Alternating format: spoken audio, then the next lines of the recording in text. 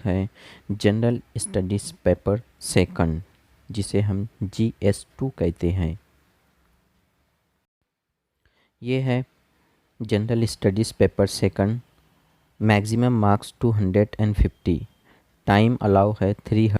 इसके आपको 10 questions 10 marks के होते हैं और 10 क्वेश्चन जो है आपको 250 शब्दों में 15 मार्क्स के होते हैं।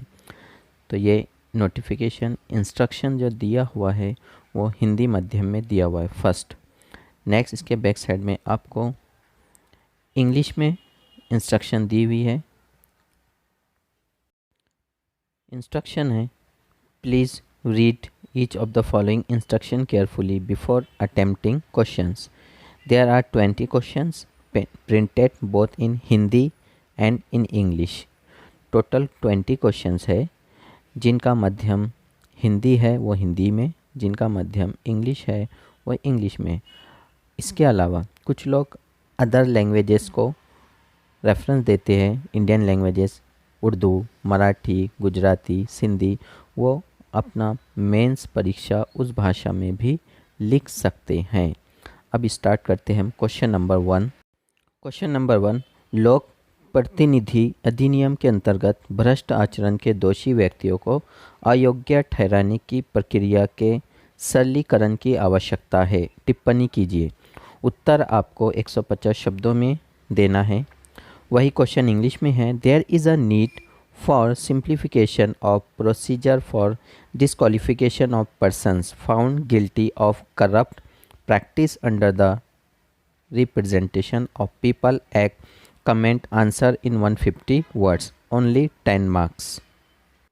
क्वेश्चन नंबर 2, सूचना का अधिकार अधिनियम में किए गए हालिया संशोधन सूचना आयोग की स्वायत्तता और स्वतंत्रता पर गंभीर प्रभाव डालेंगे। विवेचना कीजिए। In English, recent amendment to the right to information act will have profound impact on autonomy and independence of the Information Commission. Discuss answer in 150 words. Question number 3, आपके विचार में सहयोग, स्पर्धा एवं संघर्ष ने किस प्रकार से भारत में महासंघ को किस सीमा तक आकार दिया है? अपने उत्तर को प्रमाणित करने के लिए कुछ हालिया उदाहरण उद्धृत कीजिए। How far do you think cooperation, competition and confrontation have shaped the nature of federation in India? Cite some recent example to validate your answer, 150 words. Question number 4, हाल के समय में भारत और यूके की न्यायिक व्यवस्थाएं अभिसरणीय एवं अपसरणीय होती प्रतीत हो रही है। दोनों राष्ट्रों की न्यायिक कार्यप्रणालियों के आलोक में अभिसरण तथा अपसरण के मुख्य बिंदुओं को अवलोकित कीजिए। 150 शब्दों में। The judicial system in India and UK seem to be converging as well as diverging in recent time. Highlight the key points of convergence and divergence between the two nations in term of their judicial practice in 150 words, only 10 marks.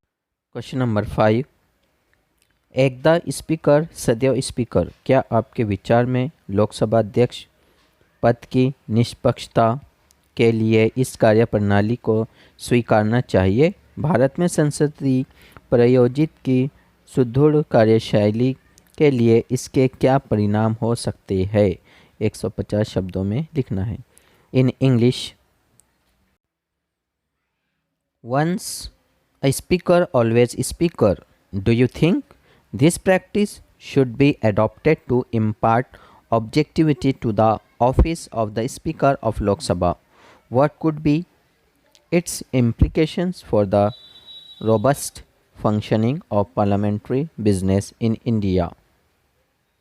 Question number 6, सामाजिक विकास की संभावनाओं को बढ़ाने के क्रम में विशेषकर ज़रा चिकित्सा एवं मातृ स्वास्थ्य देखभाल के क्षेत्र में सुदृढ़ और पर्याप्त स्वास्थ्य देखभाल संबंधी नीतियों की आवश्यकता है। विवेचन कीजिए 150 शब्दों में।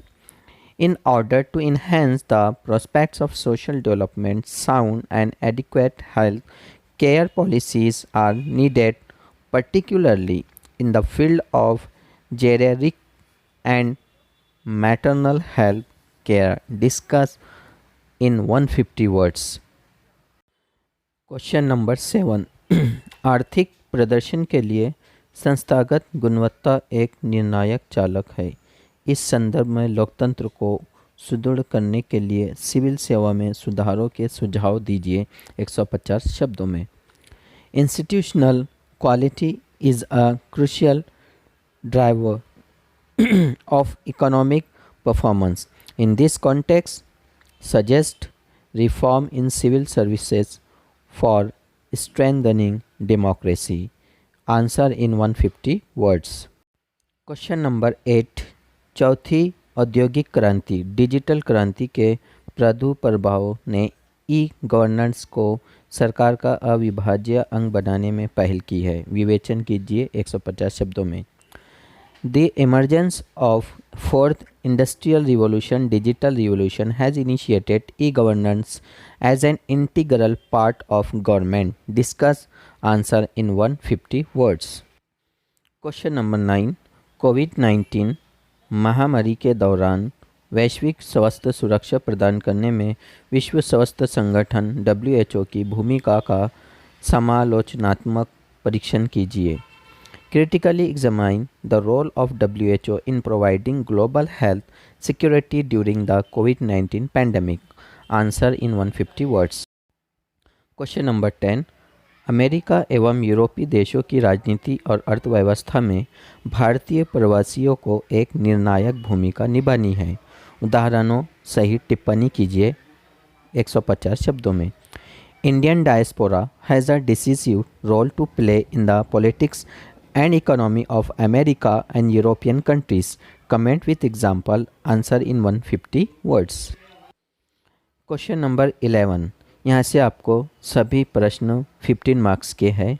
250 शब्दों में आंसर देना है। राष्ट्र की एकता और अखंडता बनाए रखने के लिए भारतीय संविधान केंद्रीकरण करने की प्रवृत्ति प्रदर्शित करता है। महामारी अधिनियम 1897, आपदा प्रबंधन अधिनियम 2005 तथा हाल में पारित किए गए कृषि क्षेत्र के अधिनियमों के परिप्रेक्ष्य में सुस्पष्ट कीजिए 250 शब्दों में। In English, Indian constitution exhibits centralising tendencies to maintain unity and integrity of the nation. Elucidate in the perspective of epidemic disease Act 1897, the Disaster Management Act 2005 and recently passed Farm Act. Answer in 250 words. Question number 12. न्यायिक विधायन भारतीय संविधान में परिकल्पित शक्ति पृथक्करण सिद्धांत का प्रतिपक्षी है। इस संदर्भ में कार्यपालक अधिकरणों को दिशा निर्देश देने की प्रार्थना करने संबंधी बड़ी संख्या में दायर होने वाली लोकहित याचिकाओं का न्याय औचित्य सिद्ध कीजिए। Judicial legislation is antithetical to the doctrine of separation of powers as envisaged in the Indian Constitution. In this context, justify the filing of large number of public interest petitions praying for issuing guidelines to executive authorities. Question number 13. Bharat में स्थानीय निकायों की सुदृढ़ता एवं संपोषित प्रक्रिया कार्यकर्ता एवं कोष की अपनी रचनात्मक व्यवस्था में प्रक्रियात्मकता की समकालिक अवस्था की ओर स्थानांतरित हुई है। हाल के समय में प्रक्रियात्मकता की दृष्टि से स्थानीय निकायों द्वारा सामना की जा रही अहम चुनौतियों की आलोकित कीजिए। The strength and substance of local institutions in India has shifted from their formative phase of functions, functionaries and funds to the contemporary stage of functionality, highlight the critical challenge faced by local institutions in terms of their functionality in recent times in 250 words. Question number 14. विगत कुछ दशकों में राज्यसभा एक उपयोगहीन stepney tyre से सर्वाधिक उपयोगी सहायक अंग में रूपांतरित हुआ है। उन कारकों तथा क्षेत्रों को आलोकित कीजिए जहां ये रूपांतरण दृष्टिगत हो सकता है। Rajya Sabha has been transform from a useless stepney tyre to the most useful supporting organ in past few decades. Highlight the factors as well as the areas in which this transformation could be visible in 250 words. Question number 15, एक आयोग के संविधानिकीकरण के लिए कौन कौन से चरण आवश्यक है? क्या आपके विचार में राष्ट्रीय महिला आयोग को संविधानिक प्रदान करना भारत में लैंगिक न्याय एवं सशक्तिकरण और अधिक सुनिश्चित करेगा? कारण बताइए 250 शब्दों में। Which steps are required for constitutionalization of a commission? Do you think imparting constitutionality to the National Commission for Women would ensure greater gender justice and empowerment in India? Give reason to 50 words. केवल आय पर आधारित गरीबी के निर्धारण में गरीबी का आपतन और तीव्रता अधिक महत्वपूर्ण है। इस संदर्भ में संयुक्त राष्ट्र बहुआयामी गरीबी सूचकांक की नवीनतम रिपोर्ट का विश्लेषण कीजिए। The incidence and intensity of poverty are more important in determining poverty based on income alone. In this context, analyze the latest United Nations Multidimensional Poverty Index report. Answer in 250 words. Question number 16. Question number 17. सूक्ष्म वित्त एवं गरीबी रोधी टीका है जो भारत में ग्रामीण दरिद्र की परिसंपत्ति निर्माण और आय सुरक्षा के लिए लक्षित है। स्वयं सहायता समूहों की भूमिका का मूल्यांकन ग्रामीण भारत में महिलाओं के सशक्तिकरण के साथ साथ उपरोक्त दोहरे उद्देश्य के लिए कीजिए 250 शब्दों में। Micro finance as an anti poverty vaccine is aimed at asset creation and income security of the rural poor in India. Evaluate the role of the self help groups in achieving the twin objective along with empowering women in rural India in 250 words. Question number 18. राष्ट्रीय शिक्षा नीति 2020 धारणीय विकास लक्ष्य for 2030 के अनुरूपता में है। उसका ध्येय भारत में शिक्षा प्रणाली की पुनः संरचना और पुनः स्थापना है। इस कथन का समालोचनात्मक निरीक्षण कीजिए। National Education Policy 2020 is in conformity with the Sustainable Development Goal for 2030. It intends to restructure and reorient education system in India. Critically examine the statement. Answer into 250 words. Question number 19.